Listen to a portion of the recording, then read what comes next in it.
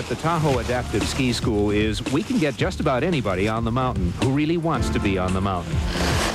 It's the closest thing to able-bodied skiing I've ever seen. I'm 3 feet off the ground, and I'm getting face shots all day long.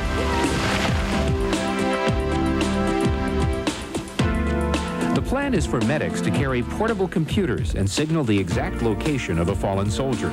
We've created a completely immersed environment where the surgeon who sits down at the console actually doesn't believe or can't comprehend that he's in fact not at the patient's side. Hi, Paul and Phil here. Did you know that the jelly bean can be traced back to biblical times? Can they really? Because they taste remarkably fresh. Behind the scenes of jelly beans at the Jelly Belly factory with the answer guys.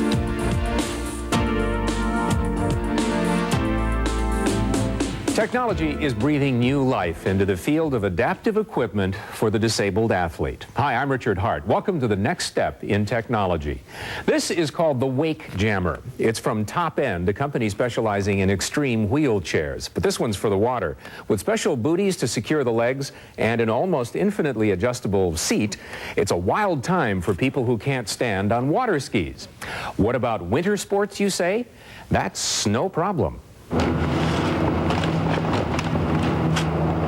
Okay, ready? For the physically challenged skier with the latest adaptive equipment, the next step is off the lift and down the mountain. The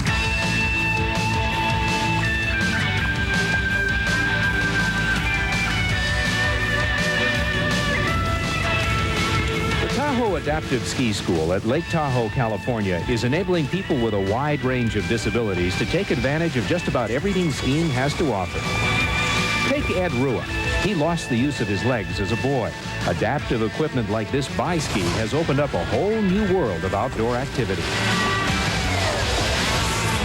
The freedom when you're out there skiing on the slopes is great. And being able to do this with everybody else or with family members and friends is really great.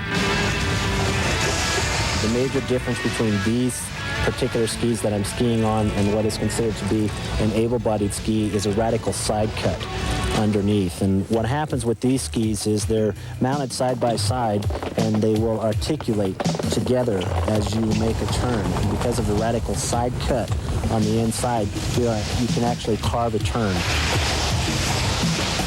The configuration that we have set up now are what we have fixed outriggers to the left and right of the bi-ski, as well as a control bar.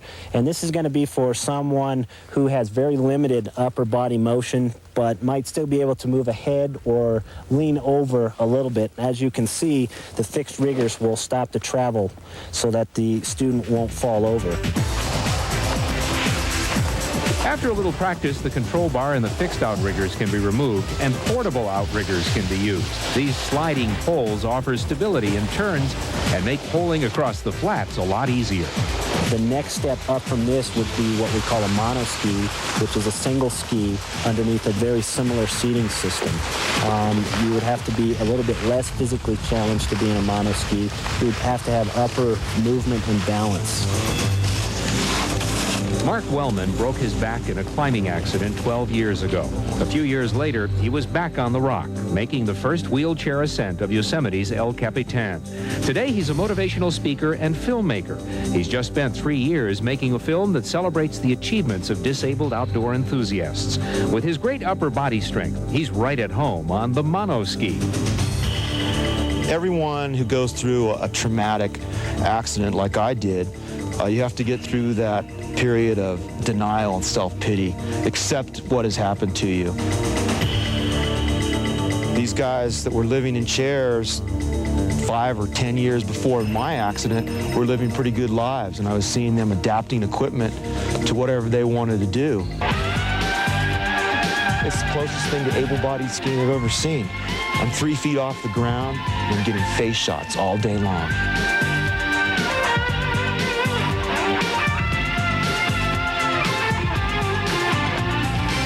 Because there is such a wide range of disabilities, most of this equipment has to be custom-made. Some devices are available off the shelf, though, like Pat Carr's 3-track outriggers. This is the newest version. These are the Ski Doctor's outriggers that have a spring in the shaft itself.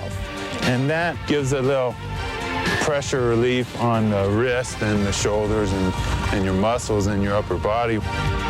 People come up to me and think I ski on these outriggers because they have ski tips on the end of them. But you don't. I'm using one ski, and these outriggers are mainly just like a sliding pole. The idea is if you've got the desire, go for it, and let the technology take care of the rest.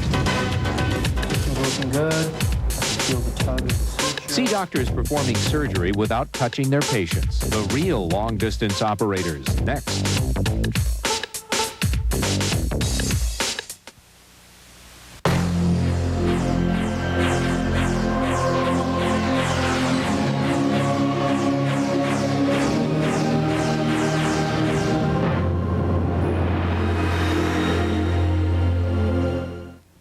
With a Pentium processor inside your PC, you have a doorway to intriguing internet sites like the Smithsonian. For the best of the internet, it's the Intel Pentium processor. With a Pentium processor inside your PC, you have a doorway to fast-moving programs like FIFA Soccer 96. For the best of PC software, it's the Intel Pentium processor.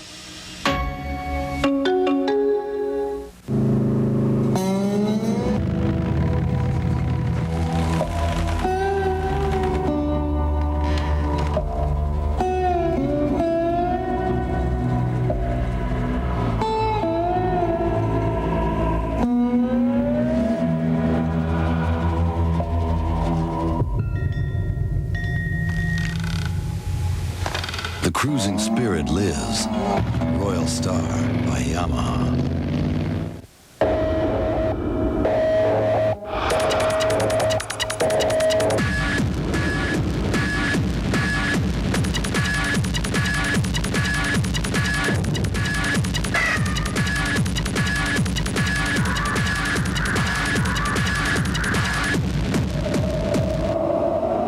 See the full range of Pirelli tires at your Pirelli retailer today.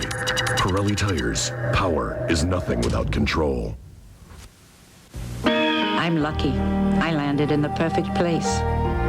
My sister and I grew up here. My house, it holds all my memories. I had my practice here and raised my family here. But now there's so much I want to do, and I want to do it here. Things don't have to change. Ask a Merrill Lynch financial consultant who can help with the plan and more ways to make the plan work than anyone else. The difference is planning. The difference is Merrill Lynch. Next, see how you can recycle your computer on Beyond 2000. Then start off a week of Beasts from the East on Wild Discovery and witness the deadly destruction of the avalanche on Sidetrack, coming up on the Discovery Channel.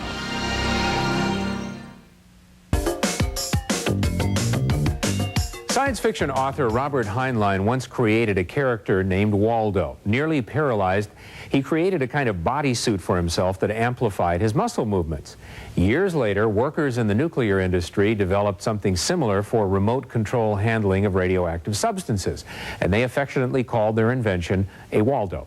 Now there are some experts who say by the end of this decade, you might have surgery performed on you by a Waldo. Medvest check. Mass check. Command check. The Army put together this video to demonstrate what it considers the next step in battlefield surgery. Colonel, Bravo Company has a soldier down in grid 2-3. Hey, Mark. The plan is for medics to carry portable computers and signal the exact location of a fallen soldier. Medfast, MASH workstations online. Let's go to work.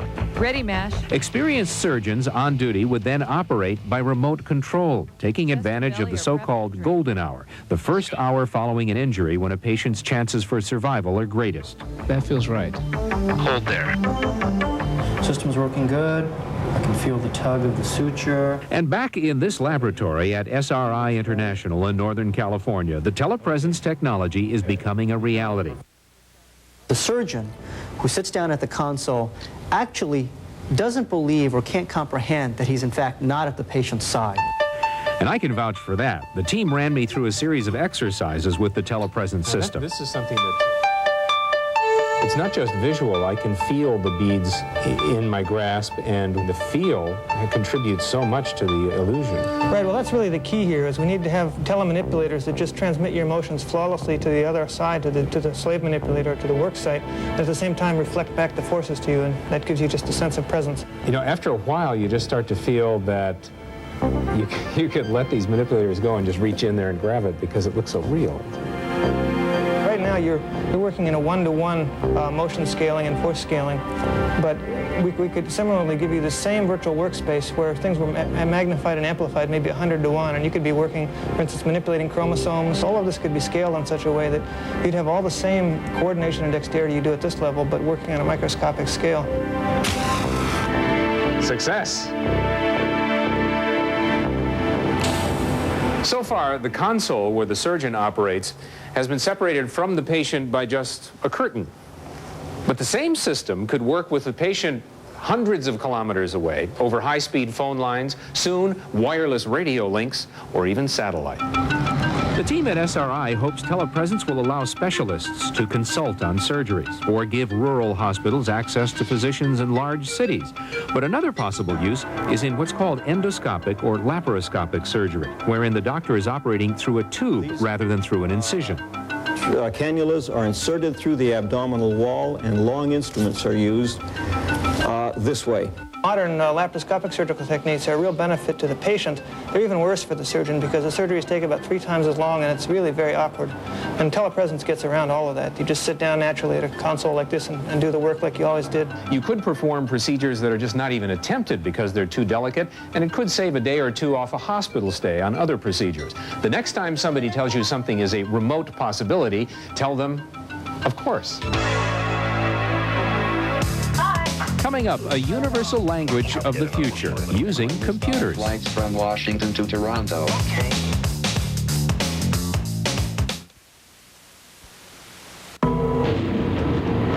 Just what you need from the coupe that takes your breath away.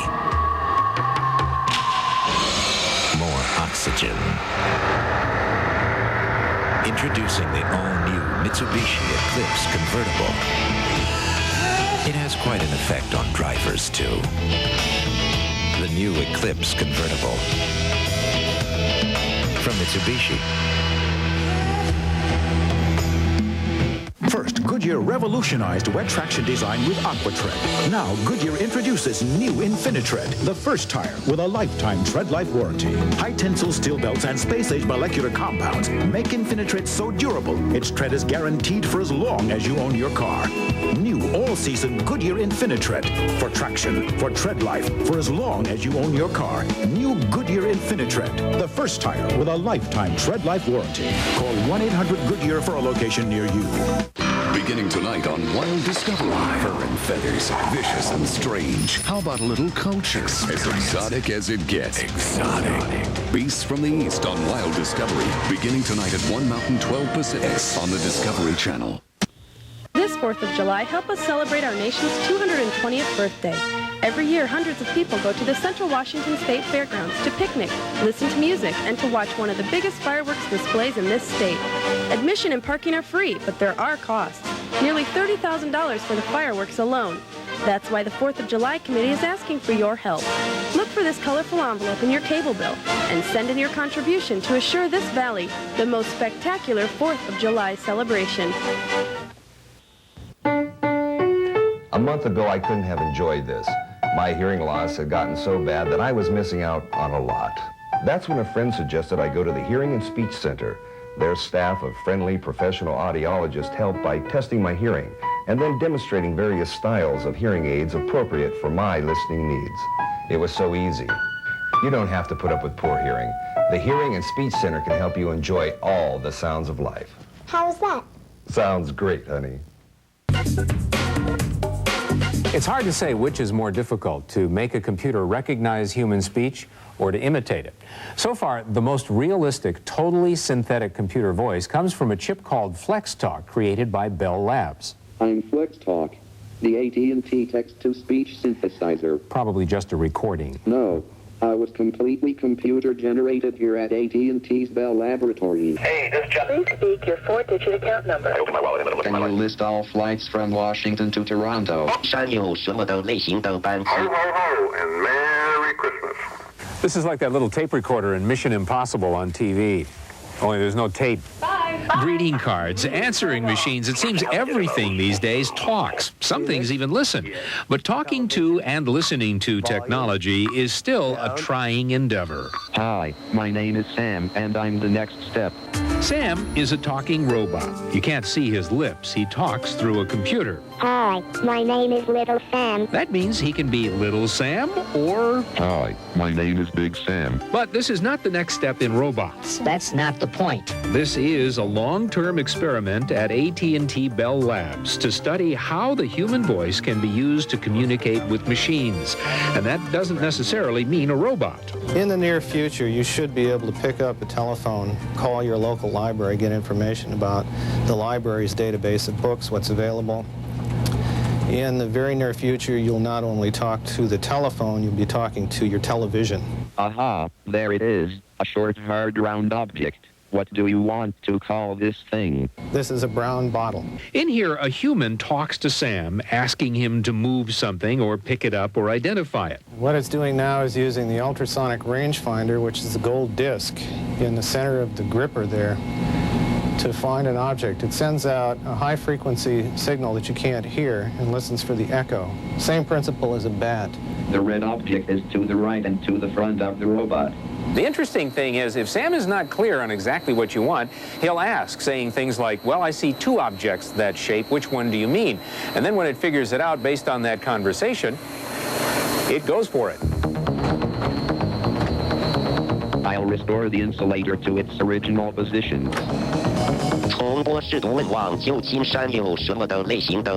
If you didn't understand that, don't feel bad. It's a computer trying to speak Mandarin. At another Bell Lab, two other engineers are working on programs to translate any spoken language into another spoken language. There are still some major obstacles. For example, some languages don't have commas, periods, or even spaces to distinguish words. In fact, in Chinese text going into the system, there would be no spaces at all. And the system itself has to try and work out, as it were, where the spaces are. What is the current exchange rate between US dollars and Italian lire? ¿Cuál es el tipo de cambio entre dólares americanos y liras italianas? This system does its reasoning based on a clever set of rules to calculate rapidly what any 4-year-old understands almost intuitively, and on conventional PCs. Soon, we might all be walking around with such translators in our pockets. Meanwhile, a company called Voices has already developed a way to enable anyone to access a personal computer over the phone with plain English without using a modem or even touching any keys. The tools to do that is under $1,000. And now we're putting it on PCs, on PC-style operating systems, in PC databases. Would you like me to repeat these balances? No. Thank you for calling. Next, what's inside the jelly bean? The answer guys find out when they go inside Jelly Belly.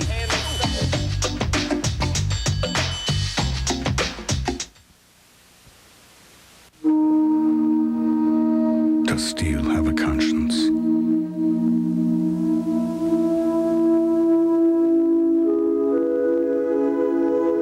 Does paint have emotion? Does wood have a soul? Thousands of Lexus engineers and designers make sure they do. It's called human touch engineering. Another reason Lexus is always a step beyond.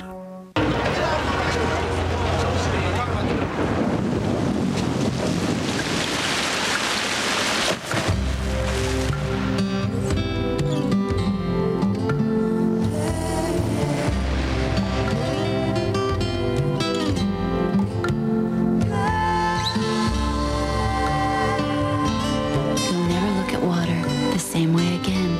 Atlantis, Paradise Island. Almost an ocean runs through it.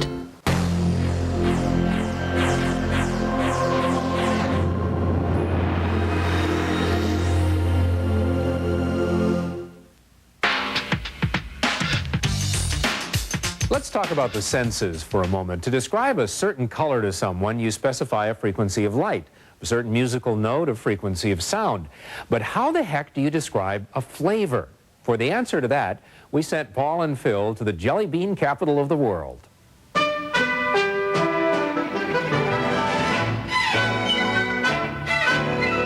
Hello, I'm Paul. And I'm Phil. We're the Answer Guys here at the Herman Goletz Candy Company in Fairfield, California, the very heart of confection heaven. This little candy, which can be traced back to biblical times, has become a staple of the sweet tooth and a permanent fixture in American culture. We're talking, my friends, about the technology behind the jelly bean, and not just any jelly bean. For you candy connoisseurs, we're talking about Jelly Bellies.